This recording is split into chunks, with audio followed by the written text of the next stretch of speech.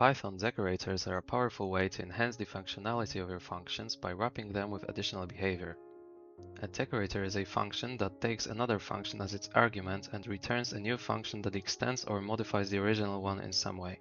This allows you to easily add extra functionality to existing functions without changing their core logic. If you want to pass some arguments to your function, you need to add args and quarks in these two places. Now I'm gonna show you a few examples where decorators are useful. The most basic example is logging, when the function starts and stops executing. You can also print the parameters you're passing if you need to check whether your function gives valid results. Another one is measuring the time it takes for your function to run. For example, to determine whether it's faster than another approach to the problem you're trying to solve. To do that, you need to save the time before and after executing your function and print the difference. The last example I'm going to present is caching previously computed values. If you have complicated functions that take a long time to run, you can save their return values and skip the computation part next time the same parameters are passed.